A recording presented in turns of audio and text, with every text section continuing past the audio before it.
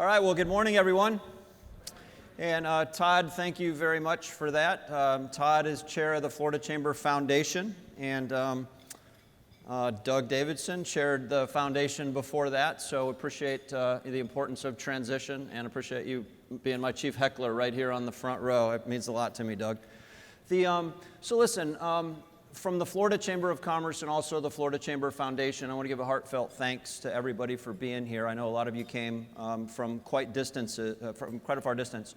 So as your president, I will tell you this 10 or 15 minutes that I get to spend with you every fall is some of the most important 10 or 15 minutes of the year, because my role is to take everything that our chamber board and our chamber foundation trustees and thousands of volunteers and the board of the chamber and the foundation, what we've all been working on since we were together last fall, and try to synthesize it for you and try to present it all to you in about 12 minutes so that the next 26 hours makes more sense to you, okay? So remember, we think that vision is one of the most important words that we can be talking about, and so there's no other place in Florida where you can spend 26 hours and learn more about what the future of Florida is going to be than right here over the next 26 hours. You're going to hear from more than 50 speakers. Some of them are the best experts in the world in their field. Some of them are literally on ground level working on transforming our economy right here in Florida. And as Todd started to talk about, what we're going to do is we're going to hit you with a lot of information over the next 26 hours. And the whole concept of that is find something that you want to sink your teeth into. Some of you have been working with us for a decade on early learning, for example, or lawsuit abuse reform, or maybe you've just discovered the importance of infrastructure or energy or innovation. So find something over the next 26 hours that your company, that your management team, that your community, that your local chamber, that an association you work with can get involved in. And so with that said, I'm going to tear right into this. I'm going to give you a couple opportunities. I'll point out along the way. My entire presentation, as it is every year, is something you can download. You can share with your management team, with your family, with your kids, with your grandkids, your grandparents. There's nothing in here that we don't want people to know about, right? And what I will tell you is Todd talked about uniting the business community for good. And if you haven't noticed, our country is in a very much of a partisan divide these days. And one of the big questions I get as I travel our 67 counties is what can be done about this? And the reality of it is, if you go back over time, good things happen when the business community takes a leadership position and when the business community unites together its ideas, its resources, its muscle, etc. And so you're going to hear that big theme over the next decade, and hopefully by the time you leave here tomorrow, you'll find 3 or 4 ways for your company and for you individually to get engaged in that, okay? So, big picture, you heard Todd talk about the Florida 2030 initiative, and we've invested almost $2 million in 3 years in researching where will the world be in 2030, where will our hemisphere be, where will our country be, where will the Southeast U.S. be, where will Florida be in 2030, and where does Florida need to position itself to win? We call it securing Florida's future. And here's the reality of it. Most of you who came here today, you would fall into the category of understanding the momentum that Florida has built, right? The state bird is the crane again. We're building everywhere. We're growing again. And I'm going to talk about that. But it's easy in a room like this to think that it's automatically going to continue, that the momentum's going to continue. And I think what's important is when you look at the research to 2030, and then specifically when you interview people one-on-one, I will tell you, it is not certain that Florida is going to win. It's not certain that everything's going to turn out the way that we want it to. And so job number one is for us to acknowledge that Florida is actually at a crossroads. We're at an economic crossroads where we still have to make a decision about the type of state that we want to be, the type of jobs, the type of education, the type of infrastructure, the type of diversity, the type of trade, the type of tax, the type of lawsuit abuse system that we have. So keep in mind, not everyone wakes up every day thinking like you all think. that the answer is private sector job growth, that the answer is innovation. There's an increasing perspective in this country right now that's not the right way to go. And what I want to show you, and you're going to hear throughout several panel presentations over the next day or so, is there's a lot of outside influence that's trying to exert influence on Florida because they want to take Florida in a different direction than is maybe in Florida's best interest. So it might not be something you think about every day, but it's something I'd like you to think about over the next 26 hours. Here again, floridachamber.com/State of Business 2019 is where you can download this presentation. I'll give it to you again a time or two before we leave, and if you miss it, just see one of our staff members, myself, later on. Be happy to either forward it to you or give you that address again. Okay, so numbers, okay? We always want to hit you with, what do we know about where Florida is? And so let me explain some of these numbers to you. This is a bit of a mission briefing for you. So right out of the box, our population right now is about 21.7 million. We're approaching 22 million. We're going to add in the neighborhood of 4.5 million more residents by 2030. So be thinking about that. Most people that we talk to about that, they take a double take and say, where are they going to go? How's that going to work? We'll talk about that over the next 26 hours. The next number there, 124.6. We have 124.6 million visitors to Florida, okay? As the last number we saw. We're going to add another 50 million visitors by 2030 on an annual basis. So that's on top of the 4.5 million residents, new residents that we're going to have. See the other number, 277,500? Those of you who are in the workforce space know exactly what that number is. Today, we have 277,500 jobs open in Florida that are looking for people, and they can't find qualified people to fill them. At the same time, we have 336,000 people looking for jobs. So we don't have an unemployment issue, we have a skills gap challenge. And I want everybody to think about that. The reason we have more workforce speakers over the next 26 hours is because this is the biggest challenge that we have to solve. We're working with the governor. I think this past year he had an executive order that essentially said Florida's going to have the #1 workforce in the nation. And we see ourselves as very much having a lot to do with solving that, sort of the nexus between the business community and the training workforce community. 3 million and 20%. We're going to have 3 million more drivers on our roads in 10 years. And we need 20% more water than we currently have today. Keep in mind, Florida gets more rain than any state in the country except Hawaii. We just get it all at once, and we need to figure out a better way to manage that. And then 1.5 million. The private sector needs to add 1.5 million new jobs in the next 10 years in Florida. So be thinking, what would happen if all 67 county commissions and 405 cities, what would happen if everyone started thinking about how are we going to create the number of jobs needed locally? And what if every decision that was made with an eye toward local job creation, local business job creation? And then, of course, the big numbers here, 17th to 10th. Hopefully everyone is tired of hearing this by now. But if Florida was a country, and you looked at our GDP of over $1 trillion, we would be the 17th largest economy in the world. So we're bigger than Saudi Arabia today, just to put it in perspective. The research says that if the business community unites together for good, and we work together on the 39 goals that Chair Powell talked about earlier, that we can grow to the 10th largest economy in the world by 2030. 17th largest to 10th largest. We would go from being bigger than Saudi Arabia to being bigger than Mexico. So be thinking about that. That's what's possible if we work with our policymakers and all of us can unite together for good. Now, I asked you a couple of minutes ago to find something that you are interested in before you leave, if you're not already engaged with us in 2 or 3 areas.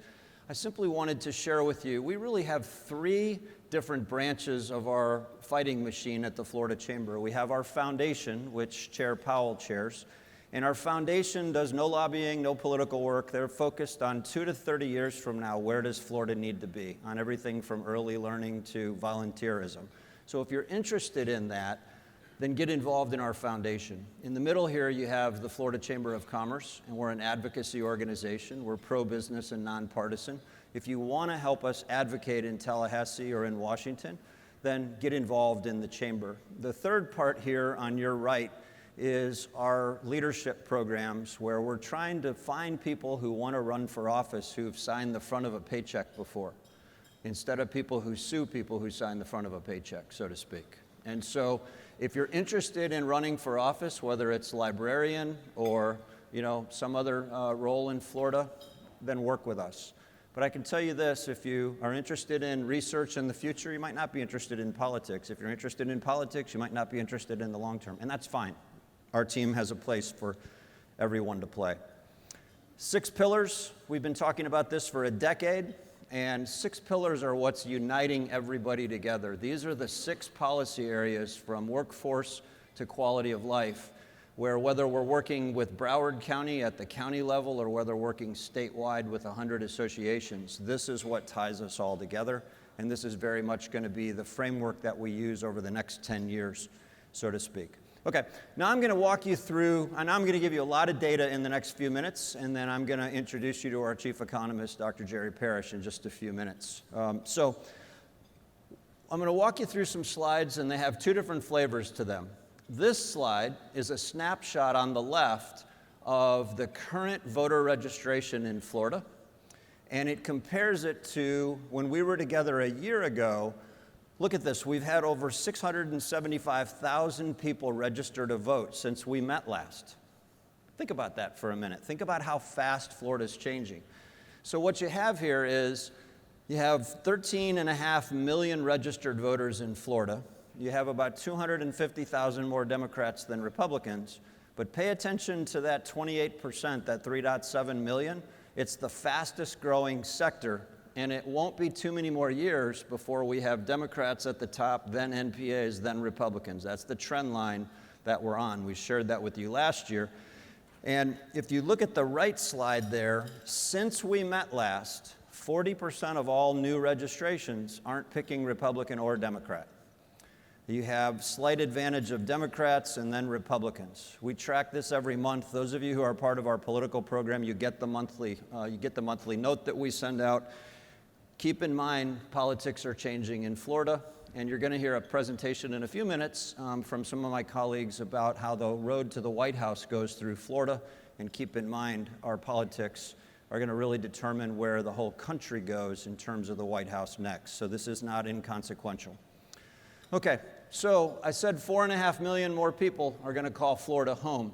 Well, who are they? What are the demographics? This is a presentation that our chief economist put together that tells you about the age breakdown, the demographics of our next 4.5 million people. So what you have here, the 0 on the left is where we are now. So if you look at the 20% line, that means by 2030 there will be 20% more people in that age category than we have there right now. So this is essentially the under 55 category, and you can see that 40 to 44 age breakdown. We have almost 40% more people in that category, okay? Now, the next one I'm going to show you is 55 to 59. This is really important because this is statistically in that age bracket where people spend the most money and pay taxes on what they buy. So in a growing economy where we don't have a personal income tax, you want a lot more people in this next category over the next 10 years. Unfortunately, we have fewer people in that category over the next 10 years. So there's a policy implication here of how are we going to handle this on the tax side. Growing population, fewer people in that age bracket, something we need to keep in mind. Now, I'm going to advance this. Look what happens when we go 60 and above. See this? In some categories, we're going to have over 80% more people in these age categories than we have right now. So I show this in all 67 counties, and I get different reactions everywhere we go. But here's what I want you to keep in mind. We're going to have more new residents in Florida, or more residents in Florida in terms of growth under 50 than we are over 65. See that? So you have to be really careful with this couple of slide decks. So a lot of people believe Florida is actually getting younger. even though these statistics are out there. So be sure to ask our team about that over the next couple of days. Where are people going to be? Where are these next 4.5 million people going to go? Well, you can download this later and you can see county by county where everybody's going to go. But look at this. Dade County is going to be the fastest, over almost 640,000 new residents.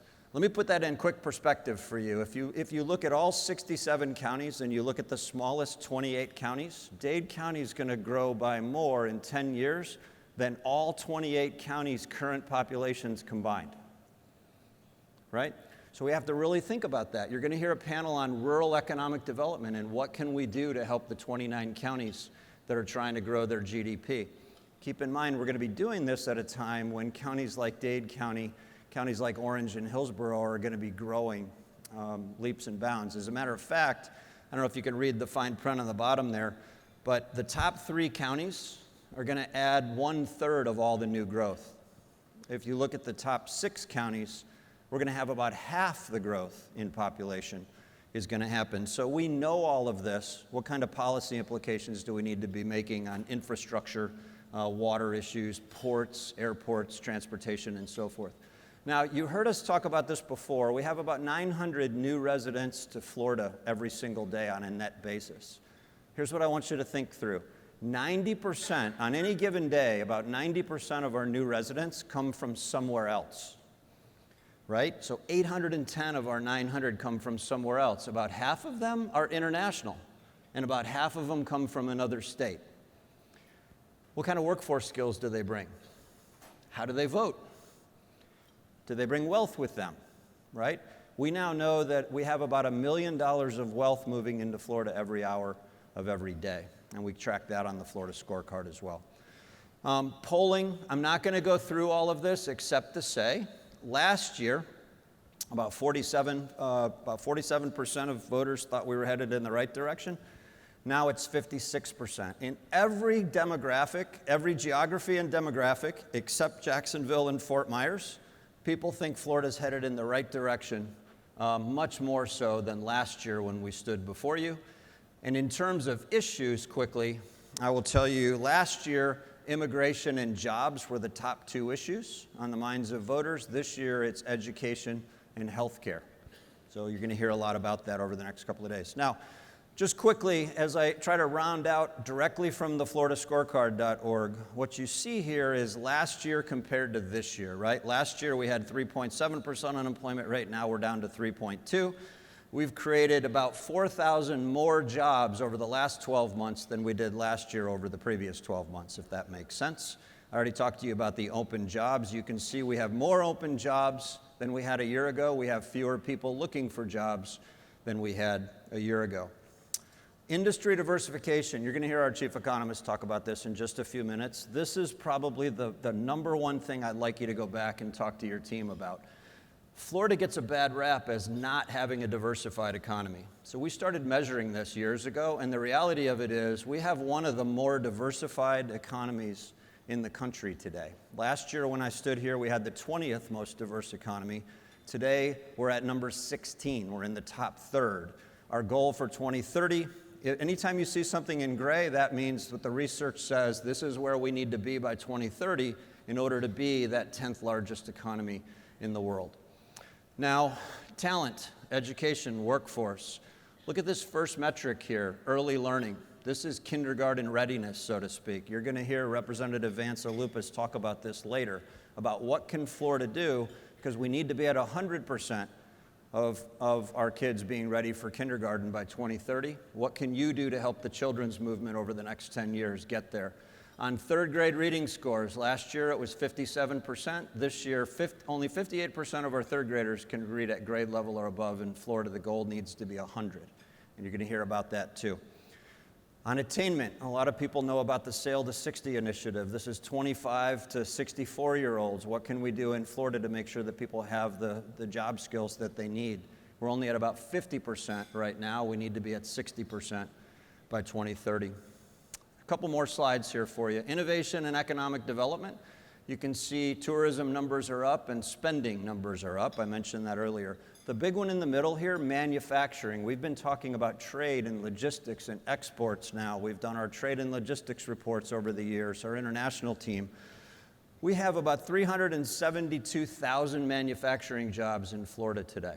That makes us the 12th largest manufacturing state on number of jobs. We need to be 5th by 2030. We all talked about the importance of manufacturing jobs. You're going to hear Kevin Carr talk about that in just a little while. Lawsuit abuse, I mentioned this before. Florida has the 46th worst legal climate in the United States. It's unacceptable. It's the same as last year. We need to be top 12. The great news here is this is a press conference we just had with Governor DeSantis. We have a governor who's willing to stand with the business community and literally call this out and talk about what reforms we need to bring down the cost of doing business and the cost of living in Florida. We just need to bring sanity back to our lawsuit abuse system. I feel very optimistic about that. You can see auto insurance rates. We have some of the least affordable auto insurance rates in the United States. That's largely because of the lawsuit abuse costs that are now built in to driving in Florida. It's unacceptable. Civic governance systems. You're going to hear a lot of talk the next couple days about volunteerism. Despite efforts and improvement over the last couple of years, Florida ranks dead last in the country on the percentage of adults that volunteer. This is a big opportunity and something everybody in this room can do something about. I also want to point your attention there to pensions, right? We have a $91 billion state budget, and for the second year in a row, our legislature has put over $1.1 billion into bailing out our pension system in Florida. So when we talk about paying teachers more, when we talk about investing in early learning, when we talk about economic development incentives, when we talk about marketing, $1.1 billion could cover an awful lot of that. When we talk about fixing our online sales tax issue, or the only state in the country that has a business rent tax, a lot of these things could get solved if we had that $1.1 billion going into helping local businesses or teachers or kids, as opposed to buying down a broken pensions or an unfunded pension system. Okay, finally, quality of life. Here we talk about, Chair Powell talked about the Prosperity Project, and we're going to make some big announcements tomorrow about the ramp up of our statewide prosperity initiative. Here's what I'd like you to know, right? Last year, 14% of our citizens were living in poverty. Today, that number's up to about 15.5. But here's what I really want you to think about. We have about 900,000 kids who live in poverty in this state. 3 million in poverty, 900,000 of them are kids. Our goal is to cut in half the number of kids in poverty over the next 10 years. We've looked at all 983 zip codes. We've discovered where are the kids in poverty. And I can tell you this, half of all the kids in poverty in Florida live in 148 zip codes. 15% of our zip codes are where half of these kids live. We could not be more excited to make the announcement that we're going to tomorrow. If you have a heart or an interest for being involved in zip code level prosperity, where we're replacing poverty with prosperity, then you're going to want to pay a lot of attention to what we're announcing tomorrow morning. And I hope that you'll go back home and take ownership of your zip code, just like Jim has at Tallahassee Community College in 32304 back in Tallahassee. Okay, so what I'm going to do now is I'm going to invite Chair Powell to come back up. And again, forgive me because we're trying to take a whole year's worth of progress that all of you have had a whole lot to do with, trying to condense it into how can we unify the business community. And I really wanted to give you some backdrop because the presenters you're going to hear between now and tomorrow afternoon are all going to be playing off of and leveraging the numbers that I gave you. And as Chair Powell comes up, that's the web address again, floridachamber.com/State of Business 2019. If I've not had the privilege of meeting you, I would consider it an honor for you to find me on a break or find me in the hallway and shake hands. Let's trade business cards. I want to find a way to make sure we can put each other to work over the next year. Thanks so much for being here, and Todd, I'll give it back to you. Nice job.